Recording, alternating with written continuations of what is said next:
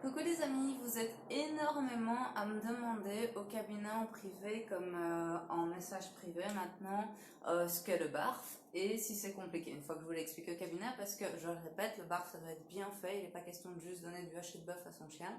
Il faut qu'il mange beaucoup de choses différentes. Manger de la viande pour le chien, ça implique de manger des os, ça implique de manger, de combler, de manger des abats aussi, donc du rein, du foie, du cœur, etc. Enfin le cœur n'est pas un abat, mais c'est pas la question. Mais surtout, moi j'ai créé, tous mes clients le savent, ce que j'appelle une alternative, le barf du fainéant. Je complémente avec des œufs, de l'huile de poisson, etc. pour être sûr que le chien soit comblé sans avoir à me prendre la tête, à peser 10 grammes de ceci, 5 grammes de cervelle, 3 grammes de foie tous les jours parce que j'ai 3 chats, un chien, une vie et que c'est pas toujours compatible. Aujourd'hui la vidéo c'est pas le thème de vous expliquer ce qu'est le barf et comment le faire, mais c'est de vous montrer un peu la routine au quotidien parce que chaque fois que j'en parle, j'entends au cabinet comme dans les messages privés, j'entends directement oh là là, ça a l'air compliqué, tous les jours il va falloir faire ça, etc. Et c'est vrai qu'au prime abord ça paraît compliqué, je vous le cache pas, moi-même ça me paraissait compliqué avant de commencer. Mais une fois qu'on a notre routine, qu'on a nos habitudes, vraiment c'est hyper facile, c'est hyper simple à faire. Et c'est ça que je veux filmer aujourd'hui, c'est ma petite routine barf au quotidien. Là il est l'heure de nourrir les chats, j'ai même un peu de retard, le chien aussi. Et je vais vous montrer simplement, ben voilà, je vais nourrir les chats, qu'est-ce que j'ai à faire? Alors je vais souvent poser le GSM parce que ça va être compliqué de prendre les sacs et tout avec vous, mais comme ça vous voyez vraiment en temps réel ce que ça donne de nourrir les chats. Alors d'abord je vais prendre mon petit plateau, savoir comment les chats, j'ai retiré les gamelles classiques, je les ai remplacés par des, comment on appelle ça, des sous-plats, sous-pots, sous-plantes. Ouais, moi je les ai trouvés c'est Action personnellement, mais ce sont des plats qu'on met en dessous des plantes en fait. Parce que c'est beaucoup plus large. Il faut savoir que le chat déteste avoir les vibrisses, donc les moustaches, comme on les appelle dans le langage courant, qui touchent le bord de la gamelle quand il mange. Ça l'énerve et ça le met inconfortable. Donc en fait, il vaut mieux un plat large comme ça. Et puis vous allez voir que le barf, ça prend un peu plus de place qu'une cuillère à soupe des croquettes. Et donc avoir un plat comme ça, c'est sympa. Alors, première étape, je vais poser ma gamelle au sol puisque je dois tenir la perche. Première étape, en fait, simplement, on va aller dans le frigo. Vous allez voir que j'ai une routine hyper simple pour décongeler ma nourriture. En fait, toute la nourriture des chiens est là, enfin des chiens et du chat est là. Un congélateur plein, effectivement, pour un chien, 3 chats, tenir 1 mois et demi. Il faut un congélateur comme ceci. Et encore, cet étagère n'est pas totalement plein. Pour remplir le congélateur, ça m'a mis à peu près 2 heures samedi passé avec mon copain qui a fait les packs avec moi. Donc on préfait les packs à l'avance. Alors, en fait, dans le frigo, j'ai sacrifié le tiroir à légumes qui sert à la décongélation parce que j'essaye de ne jamais décongeler au micro-ondes parce que les os cuits, c'est hyper dangereux. Je le répéterai jamais assez souvent. Les os crus, c'est nickel. Les os cuits, c'est dangereux. Ça se casse comme des verres, ça se pointe dans la gorge. Et du coup, c'est dangereux. Donc, ma petite routine de décongélation. Vous voyez qu'il y a un sac pour les chats, un sac pour le chien dans le frigo. Hop, les chacals sont là. Vous voyez. Ce que je fais, c'est que voilà, j'ai pris un pack pour chien, un pack pour chien aujourd'hui, un pack pour chien, un pack pour chien aujourd'hui. Bah, je vais remettre pareil pour que demain ce soit dégelé. Je mets... Ah, j'ai rempli un peu trop ce tiroir. Allez, viens. Ah, je vais vous déposer parce que j'ai trop rempli le tiroir. Je galère. Allez, viens, tiroir.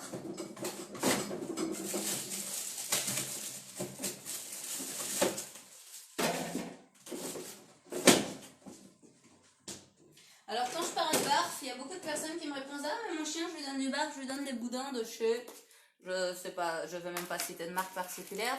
Moi je suis pas spécialement pour. Tant qu'à faire du barf, j'aime bien que mes animaux mangent de la vraie nourriture, comme j'aime appeler ça. Je sais pas comment je vais ouvrir la porte. Je vais dû demander à quelqu'un de me filmer en fait. J'aime que mes animaux mangent de la vraie nourriture, qualité filiale humain, entre guillemets, donc c'est du poulet qu'on achète en boucherie pour les humains que j'ai donné à mes chats. Parce que les boudins barf préfets, j'ai pas confiance, simplement. J'ai peur qu'ils mettent autant de traces que dans de la pâtée, mais qu'ils le cachent. Parce que cacher leurs étiquettes, ils sont doués. Alors je vais d'abord commencer par faire un petit truc, c'est sortir les chats de la cuisine. Sinon c'est ingérable. Allez, venez les monstres. Ouh, les monstres à poil. Hop, hop, hop, on sort, on sort, on sort. Merci les gars. Hop, on va retourner dans la cuisine pour que vous puissiez voir ma petite routine barf. Alors, gamelle du chien, la lumière là est allumée. Je sais pas si vous voyez, j'ai l'impression que c'est surexposé. Il y a un des chats qui a une gamelle comme ça parce que le chien m'a détruit cette gamelle là. Pam pam pam. Alors, je vais vous poser là en fait. Ouais, comme ça vous voyez tout, c'est juste parfait. Donc, d'ailleurs aujourd'hui on va tester la fameuse huile de saumon, vu qu'on vient de la recevoir. Mais je mets souvent de l'huile de saumon ou de l'huile de colza sur la gamelle. Alors, aujourd'hui c'est un jour sans bouillie. Je m'explique. Normalement, 4 jours semaine, enfin 2 fois semaine, ils ont que ça, ou alors 4 jours semaine, ils ont une cuillère à soupe en plus de bouillie que je fais, qui contient tous les éléments minéraux, oligo-éléments, protéines dont ils ont besoin. La fameuse formule du fainéant dont je parlais tantôt, où je vais mélanger ça à du haché et des sardines. Je vais mettre des œufs, des huiles, etc. Plein de choses différentes, des graines de chia, etc. pour complémenter leur alimentation. Mais aujourd'hui, c'est un jour sans bouillie. Donc aujourd'hui, c'est un jour avec des abats, parce que le chien doit manger des abats, le chat aussi. Alors ils ont des abats un peu tous les jours, mais le jour sans bouillie, ils ont des sacs un peu plus chargés en abats. Abats, donc c'est foie et cœur, je pense, dans ces sacs-ci. Mais ça peut être panse, rein, etc. Alors, comme je suis un peu nareuse, j'avoue... J'aime pas trop toucher la viande comme ça parce que j'ai été végétarienne longtemps. Hein. J'aime mes animaux, mais moi je suis pas très viande.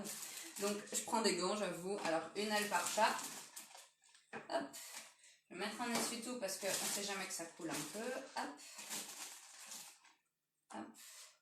Alors vous pouvez être sûr hein, que le chat qui va se taper la toute petite gamelle, parce que j'ai perdu un des plateaux, je pense que le chien l'a planqué, il a voulu le lécher, il a dû le planquer sous le fauteuil. Le chat qui va avoir cette gamelle-là, je vous parie à 10 contre 1, je vous filme en direct, il va prendre son aile, il va cavaler avec. Parce que ça va l'énerver d'avoir les vibrisses qui touchent et d'avoir la gamelle qui bouge en fait. Voilà, donc une aile par chat. Et maintenant les abats, la meilleure partie. Hop, un foie, un cœur chacun. Ouais, c'est ça qui était prévu aujourd'hui. Un foie. Hop, hop, hop. Un foie ici. Cœur. Alors, les sacs avec les abats, c'est beaucoup d'abats, entre guillemets, c'est vraiment pas des sacs cool parce que c'est des sacs qui perdent beaucoup de sang. Malgré que j'ai goûté un peu avant de congé et tout, c'est vraiment pas très très ragoûtant. Pour le chien, j'avoue, je retourne. Hop, comme ça, tout le monde a son truc. Hop. Je retire mon gant. On va rajouter de l'huile de saumon. Normalement, l'huile de saumon, je la mets dans la bouillie, mais je vous avoue que je suis hyper impatiente de voir sa couleur, de voir son odeur, de voir si les animaux l'aiment bien. Franchement, elle sent bon. Elle est vraiment à un prix abordable et elle se promet 100% naturelle, donc franchement, c'est séduisant. On va voir sur le long terme. Hein. Je vous dirai dans une semaine ou deux si je vois une amélioration ou un changement, ou plutôt justement une régradation. Alors, je comprends pas comment fonctionne la tute. Une régradation de leur état de santé. Quand je dis régradation, ils vont pas se mettre à ramper par terre. Hein. Mais clairement, on voit, quand on donne, en tout cas moi, mes animaux sont tellement habitués à manger de bonne qualité, sans produits chimiques, sans rien. Dès que je vais donner un produit chimique, directement leur poil va se ternir, enfin directement au bout de 4-5 jours, leur poil va se ternir. Ils vont commencer à avoir des pellicules. On va vraiment le sentir que ça va moins bien. Déjà, en plus, ils vont refuser de manger. Je vais vous raconter une anecdote hyper marrante. Alors, le chien, je vais mettre une cuillère normale. Le chat, je vais mettre une demi chacun, par contre. Je le mets pas dans la bouillie, cette huile, alors que normalement, je le mets dans la bouillie parce que comme ça, on va voir s'ils aiment bien le goût.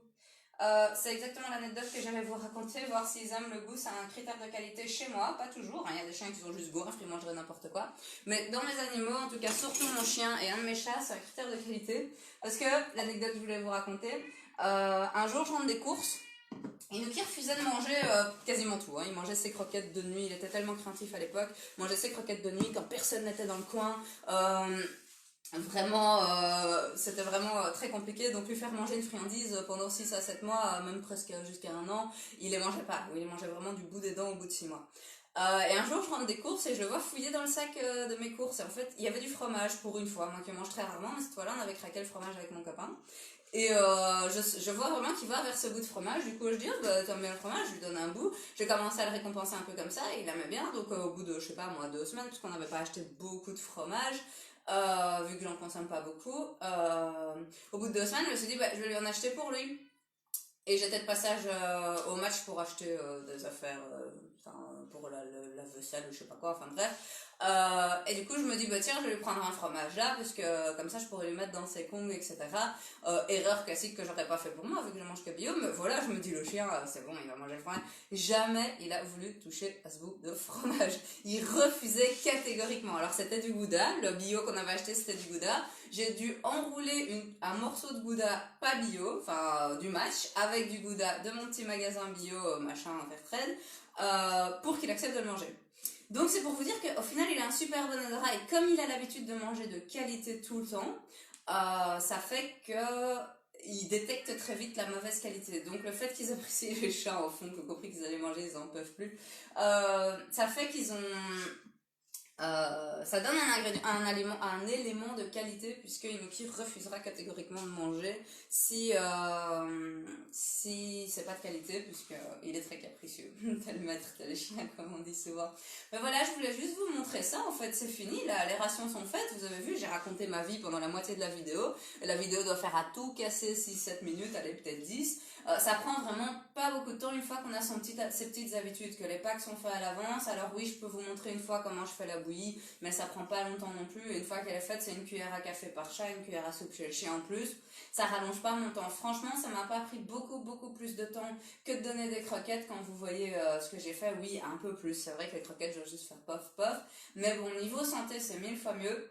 Niveau finance, c'est aussi vraiment bien parce que une fois qu'on a le congélateur, ok, c'est un investissement, mais une fois qu'on a le congélateur, le chien, je sais plus vous calculer, mais ça descend vraiment. Je crois, ah si, j'avais calculé une fois, je crois qu'au kilo, ça me revenait à plus ou moins 3,50 € du kilo, en comptant tout, la viande, les œufs, enfin tous les apports que je mets sur le côté, les huiles, etc.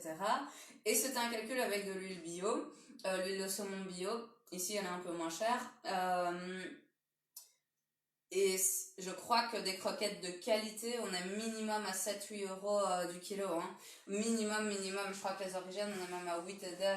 Donc on y gagne vraiment. C'est une question d'hygiène et d'habitude. Après, il y a la question des goûts. C'est aussi pour ça que j'ai fait cette vidéo, parce que c'est sûr que c'est pas ragoûtant. Moi, je mets un petit gant à chaque fois. Je le rince, je le réutilise le lendemain, question d'écologie. Ou alors je le fais à la fourchette, mais des fois elle tombe et coup, enfin ça me dégoûte assez vite. Mais je comprends tout à fait qu'il y ait des gens qui soient pas prêts à voir ça. Il m'a fallu du temps. Hein. Il m'a fallu du temps. Mais voilà. C'était surtout pour vous montrer qu'au final, voilà, vous voyez toutes les assiettes.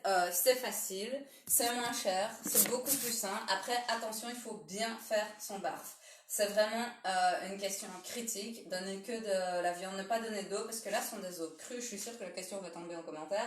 Ce sont des os crus, c'est hyper bon pour le chien comme le chat, parce que c'est malléable, ils peuvent le mastiquer, ils peuvent le manger. Si vous allez donner des os cuits, les os cuits, ça casse comme du verre, ça se pique dans les muqueuses internes, hémorragie interne, risque de mort. Donc du poulet aux chiens et aux chats, oui, mais toujours cru. C'est pareil pour tous les os et pour les chiens à mâchoire forte, évitez toujours les os porteurs. Donc les côtes par exemple, les tibias. Quand je dis mâchoire forte, c'est Amstaff, berger allemand, vraiment les chiens qui ont de la puissance dans la mâchoire. Éviter les os qui pourraient casser. Les os porteurs sont beaucoup plus durs, donc ils peuvent casser. Alors il y a 60 os qui vont passer nickel, le 61e va faire une petite pointe particulièrement piquante, ça va griffer la trachée ou les muqueuses estomacales ou intestinales, hémorragie, le chien est mort. J'exagère en disant le chien est mort, mais c'est parce que je veux marquer les esprits. C'est hyper important, je veux pas qu'on dévie en voyant cette vidéo en disant ah ben on donne de la viande, tout ça, tranquille, et qu'il y ait des gens qui donnent des os cuits et avoir des gros soucis comme ça. C'est vraiment dangereux. Les os crus, c'est hyper top, les os cuits, c'est hyper dangereux. Voilà, je répète ça dans quasi toutes mes vidéos, mais c'est parce que c'est hyper important que le chien mastique des os, c'est pour son bien-être, c'est hyper important pour son équilibre intellectuel, équilibre psychologique et physiologique, donc corporel, mais attention, il y a des recommandations à suivre. Voilà, j'espère que cette vidéo ne vous a plu. N'hésitez pas à poser des questions en dessous, j'y répondrai avec plaisir. Je vous donnerai un retour sur l'huile de saumon. Je vous dirai peut-être dans un commentaire qu'ils l'ont aimé ou pas, hein, au goût. Mais ça va pas être possible que je garde la perche à selfie, que j'aille donner toutes les assiettes. Je vais avoir des chats jusque sur la tête. Parce que je vais donner une gamelle à la fois.